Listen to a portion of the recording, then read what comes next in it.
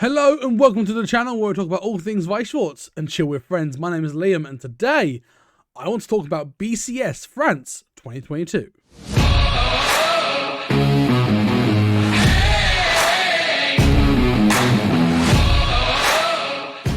First of all, hi! It's been a while since I've done a video. Thanks for waiting. But if you are new to the channel, please consider hitting that subscribe button. If you enjoy this video, please let me know by hitting that like button, as well as that check out my other social medias on Twitch, on Twitter, on Discord, and on Patreon. Links are all in the description below. But let's jump straight in. You'll also notice as well, I've got a bit of a new fancy setup. I've got a new camera. It looks really cool. If you like it, let me know. What do you think to the new setup? So yeah, in the last weekend of November, BCS France in Mouvaux took place, and so again, as always, I'll always focus on the Weichsports side. I won't focus on Vanguard. However, I did actually play in my first Vanguard standard tournament. I finished 65th out of 90 odd people, 3 wins, 4 losses. Yeah, actually had a lot of fun. But jumping into the nitty gritty of the Weichsports tournaments, there were 66 players in total, meaning 7 rounds of Swiss, and I actually played this time rather than judge, which was foreign. And of the 66, of course, the highest representations came from Hololive, which was 28.79%, 19 decks. We had 15 or 22.73% quintessential quintuplets, of which 14 of those were 8 standby quints. One of those was the Exodia build, which I love, Chris. Good job, man. And we also had Token Revengers showing 7.5%, Attack on Titan with 6%, Danmachi and Slime with 4.5%, and then we had a couple of double representations with 3% each for Love Life Sunshine, Ruby, and Sugar Tensei, and then we had a load of Rogue decks, 1 representations, including Anti-Spiral, Gurren Lagann. We also saw a Fate Grand Order, we saw Adventure Time, Mob Psycho.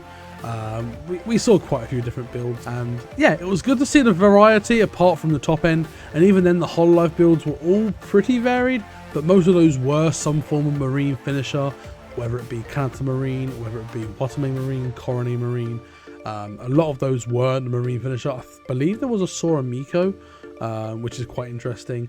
But yeah, that's the representation for the tournament. I myself was one of the Hololive players. I played Watame Marine, and I finished 5-2, meaning 5 wins, 2 losses, and I finished 10th after Swiss. Unfortunately, my strength of schedule wasn't quite good enough to help me make top cut, which is a real shame because I thought I did really well, and the 2 games I lost were totally out of my control.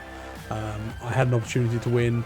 They cancelled on the last instance of damage. Nothing I could have done. So yeah, it's unfortunate, but I'll take 10th, 5-2, because in that, you know, I mainly judge nowadays. I very rarely play in terms of competitive tournaments.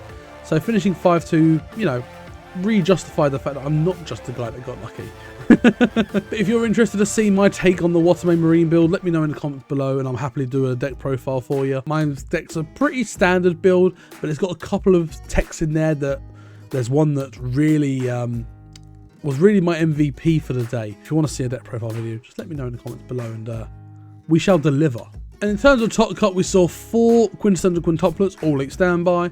We saw 2 Attack on Titans and 8 Pants, and then a Door, 2k1 plus Soul, the Mikasa level 3 combo. And then we saw 1 Hololive, which was Coronet Marine, and we saw a Love Life Sunshine, which was 8-2 Soul. And ultimately, it was Ian from Ian TCG that actually took the top seat with 8 Pants Attack on Titan, beating Dylan, the 8 standby quints matchup. And Raphael won the 3rd place playoff, taking the final European Worlds invite slot. So those were the results, but overall, what was my opinion on the event as a whole, as a player rather than as a judge? Now, for those that were there, know that there were quite a few repairs during the day due to misinputted of data and things like that. And obviously that did slow down the thing, and there was a situation where I actually done my first hand, it looked really good, ready mulligan, good to go, and then was told to repair. And that really impacted me and my confidence, I guess. It sort of, I was like, oh, I'm ready to go, I know what I'm doing, blah, blah, blah. And then to repair. And then round 2, fine, no problem. Round 3, another repair. It was a double repair that round. and there was repair round 4, and then there was nothing else after that. So, you know, they sorted their issues out. But there were too many repairs. I'm not gonna lie. Whilst I understand that, you know, tournament organising and things like that isn't the easiest thing to do in the world, you know, data entry shouldn't be too difficult, and to see that there were so many data input errors in the sense of results and things like that just wasn't good enough, you know, and that was a real downer on the event. But apart from that, I think the event went really, really well. Blackfire did a fantastic job doing what they did, apart from the repairs and, you know, data entry and things like that, but that is what it is. The judge staff did a fantastic job as well. Francis, it was his second time head judging. I think he did a fantastic job leading the team, you know, navigating the day as a whole, trying to deal with situations as they occurred. Overall, I think they did a really good job. And again, actually being a player and being on the player side was just a fantastic experience. If you haven't been part of any sort of, you know, BCS or BSF or even Bro Online, if you haven't been a part of any of those, I strongly recommend you give it a go. You know, support the competitive format of the game, support the game in that sense as well, and hopefully we'll get more opportunities to do stuff like that in Europe in the future. We see all these fantastic conventions going to Asia, Oceania, to North America, but we don't see them come to, you know, the UK much or anything like that, or to Europe much at all. So it'd be really fantastic to know, show that there is a really strong European player base, and some of the players in the European team are absolute world class. They've been to Worlds many times and things like that. The likes of Ian, this is his 3rd time in a row going to the World Final, so massive congratulations, Ian. There are definitely ways that I think we could do more as players to attend these events, make them big, and ultimately improve and bring more awareness to the European format. The venue itself was great. It was a nice venue. The only downside on the Sunday is that we had to be out by 7 o'clock. They managed to extend it to 7:30, but it did mean that the finals had to be timed again. It's not great, but it is what it is. Ultimately, at the end of the day, you go into a tournament expecting to be timed for your games. Why should the top 8 and things like that be any different? Potentially the only exception should be the final game, i.e. like the finals and the 3rd playoff. I think that's the only potential exception. But even then, do I think it's wrong to time the finals or the top 8 cut? No, I don't think that's wrong at all. Now, the only thing that I would love to throw out there, and I think would be really good for the game, is comparing it to the likes of Yu-Gi-Oh! And things like that, where for their big YCSs, they actually do paid entry. Why can't Weissport or Bushiroad in general do the same? I think that would give us access to better price support. It would give us access to better venues. It would give us access to bigger venues, and it would also give us access to more staff to be able to do things like streaming events and things like that. You know, there's so much like potential that just having that little bit of entry cost, call it €5-10 or £5-10 or whatever you want to do it, $5-10, you know, wherever you're from. What's stopping us paying that little amount when we're already paying quite a bit to travel to those locations? You know, what's the little €5-10 stopping us from paying to make sure we get better price support, better entry gifts, better venues?